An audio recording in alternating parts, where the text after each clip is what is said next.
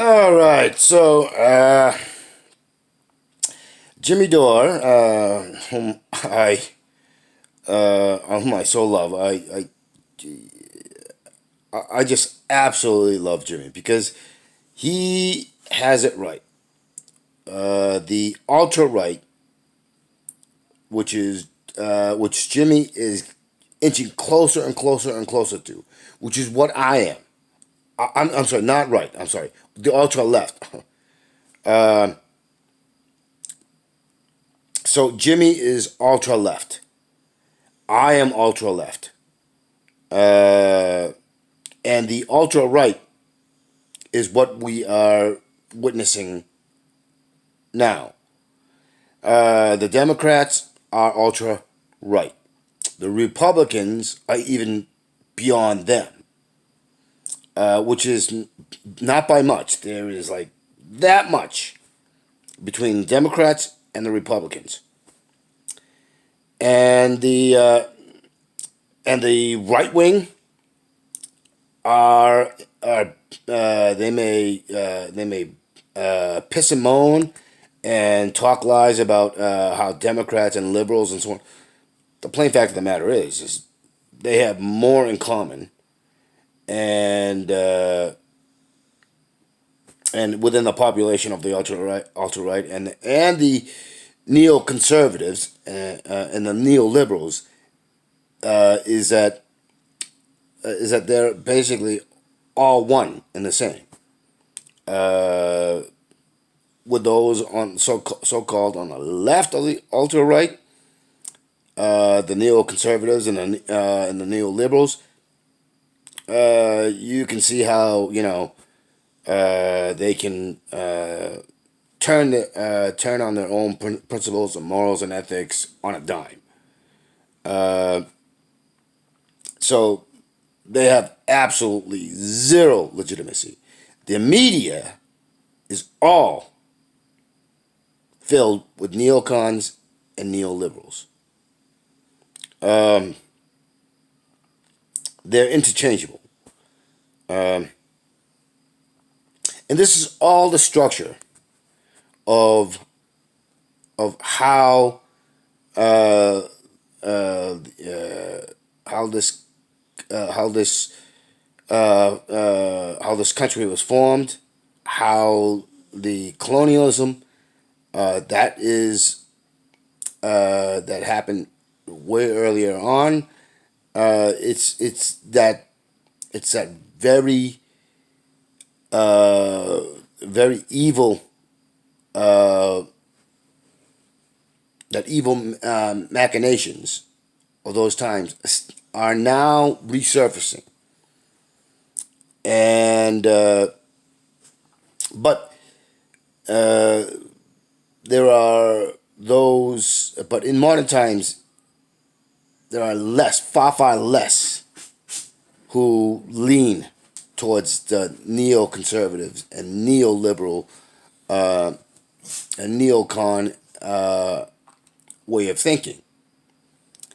And there is a concerted effort to backtrack that and to have people submit to a feudalistic mafia rule, and where mafia rules. So I've been saying on my videos, I've been talking about this on my videos for a very long time. It's something that I started putting together when I was young, in the 80s. I started connecting the dots in the 80s. There were things that were just hitting me wrong, and was seeding pessimism and cynicism and depression, which only got worse in the 90s, and then it got even worse in the 2000s. Then around that time, it started cementing into an absolutism of this is what I've been talking about. This is where it is, and I've also stated that nonviolence is not a thing. That free speech is not a thing. That violence and speech that goes against the lies that the ruling elite would like to make factual truth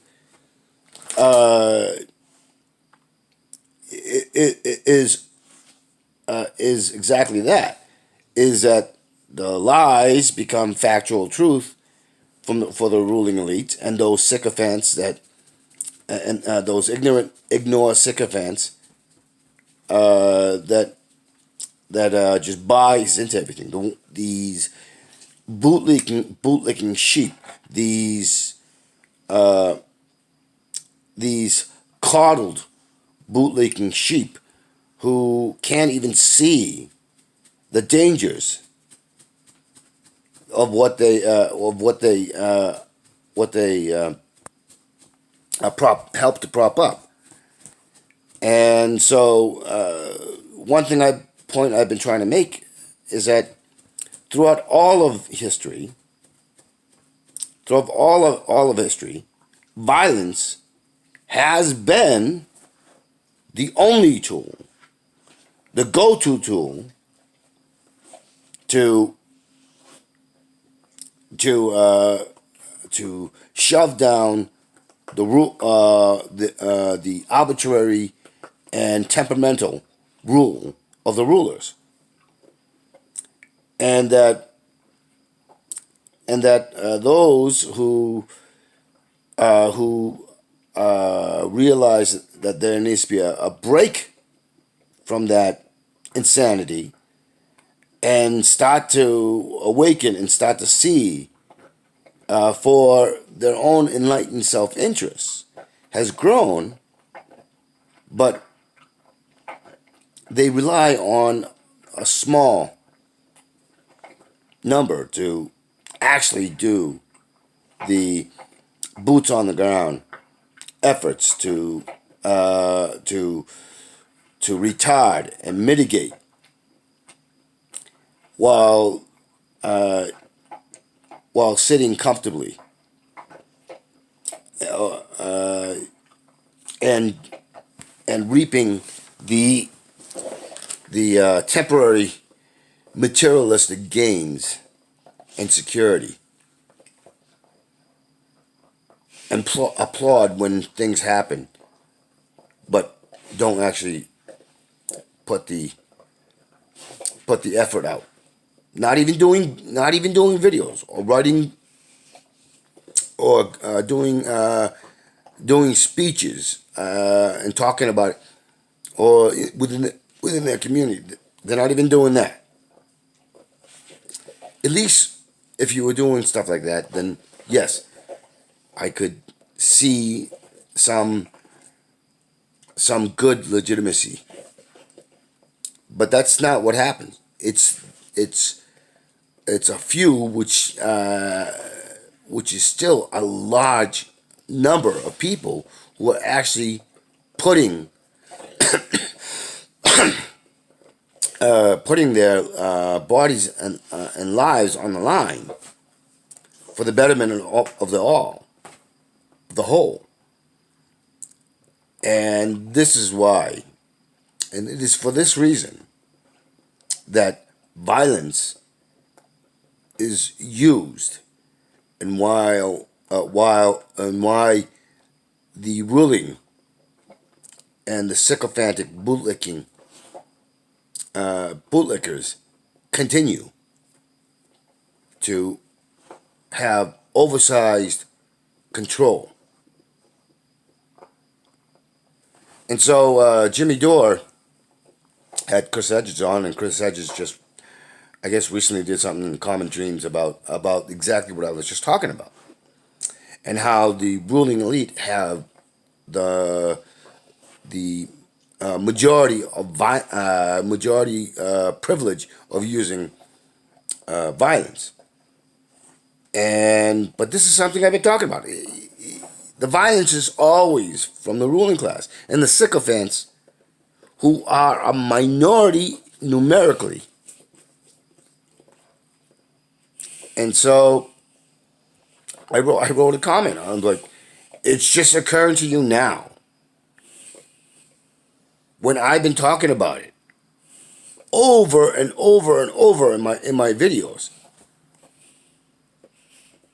I've been stating how how the governments and the police and law enforcement and all the others act like mafia. How the businesses and the wealthy and the corporations who make up the oligarchy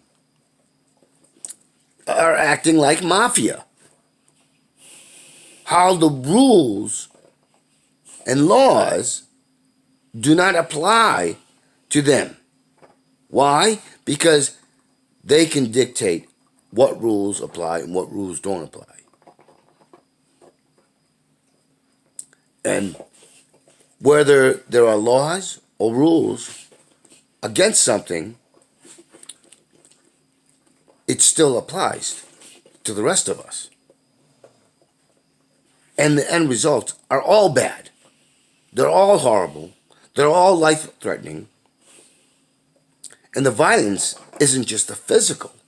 The violence is being not able to have a roof over your head, not being able to have heat so that you can stay warm, not able to get your basic needs covered without causing stress and strain and worry, and that in turn turns to anger and despair and depression, which bleeds into the family dynamics, where you have a vast majority of the violence which is committed in the homes by men against their own flesh and blood, their own wives, girlfriends, and so on and so forth.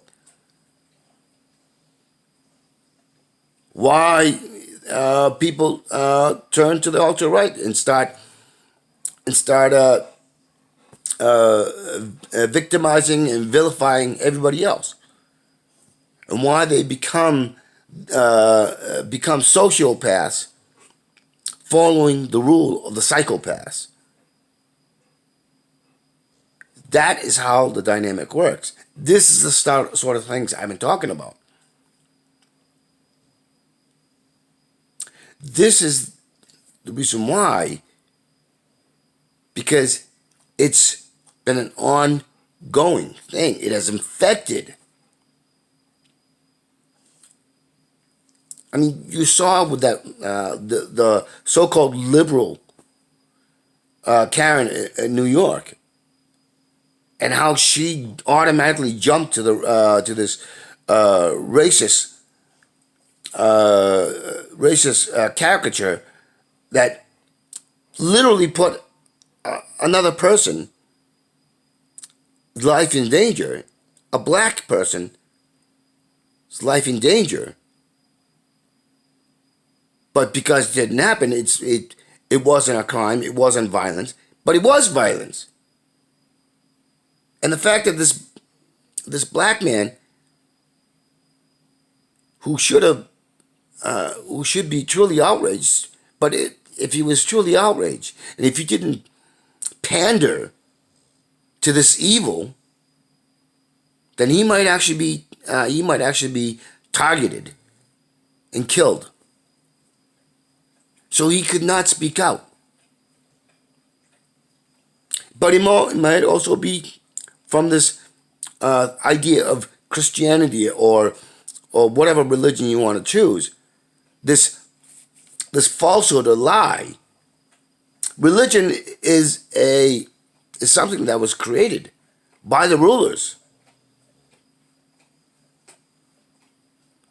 And I saw a video from, I forget what channel I was watching it, and how, religion has been always there. But that's complete bullshit. If you do the research and you look at the numbers, you can see that that like primarily, like, let's talk about East Asians. A large portion, the overwhelming large proportion, don't ascribe to a religion. And it's been like this even before Christianity was introduced. There wasn't. They weren't all Buddhists. They weren't all. They weren't all other forms of philosophical, quote unquote, that were turned into religions. They were. They were. Matter of fact, non-religious. It's the same thing in Europe. Way back. It's the same thing in the Middle East. Same thing in South America. Same thing in Mexico. Same thing in North America. Same thing in Russia. Same everywhere. It is only because the ruling class uses religion, whether it's the monotheistic religions of that have become predominant, or the religions of of Thor, or Odin, Thor and Odin, and Zeus, and all.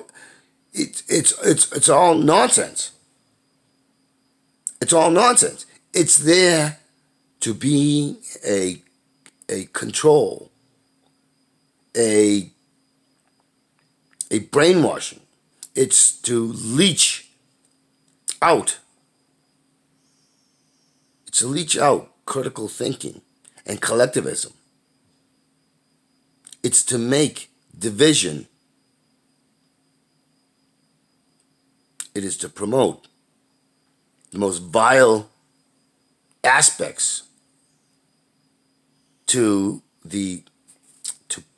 our natural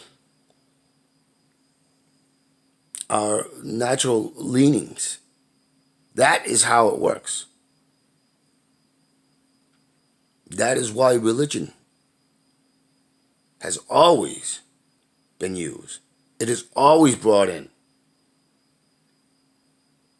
because they are psychopathic monsters. And they unfortunately infect large numbers. Not the plural majority, but large numbers. And then that also bleeds into other sectors, and then bleeds into yet another sector, and then another sector, so that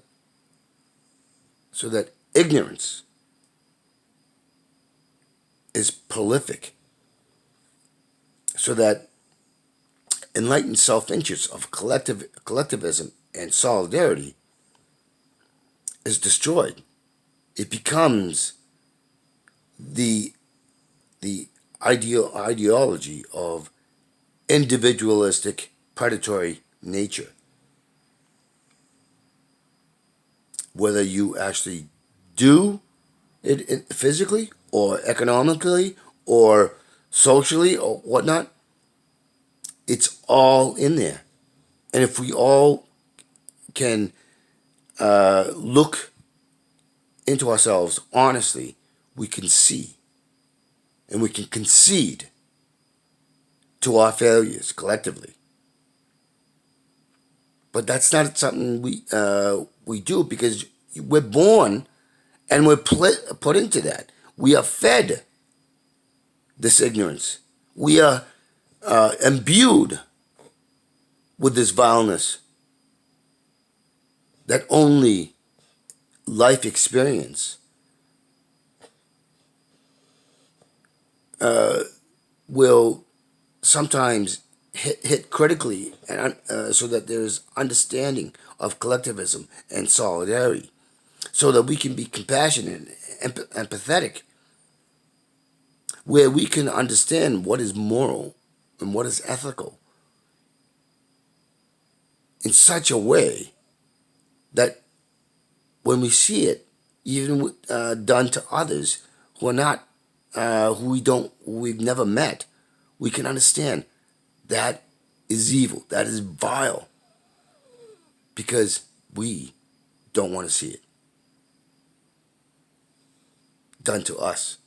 And so therefore, when it's done to somebody else that we've never even met, we understand that it's being done to us, and that we understand in a collective solidarity that it's being done to all of us. That is true life experience that gives us the ability to know what suffering is, and what life should be, and not an existence. Because what we have is an existence. We exist. We exist in a static stasis of injustice and inequity.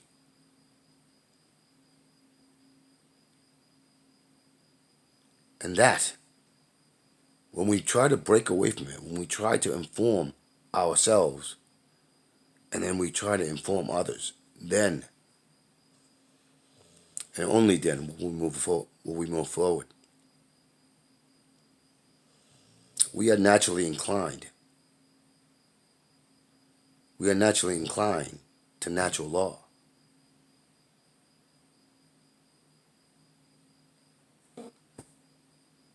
But because we have the ability to lie to ourselves, to deceive ourselves,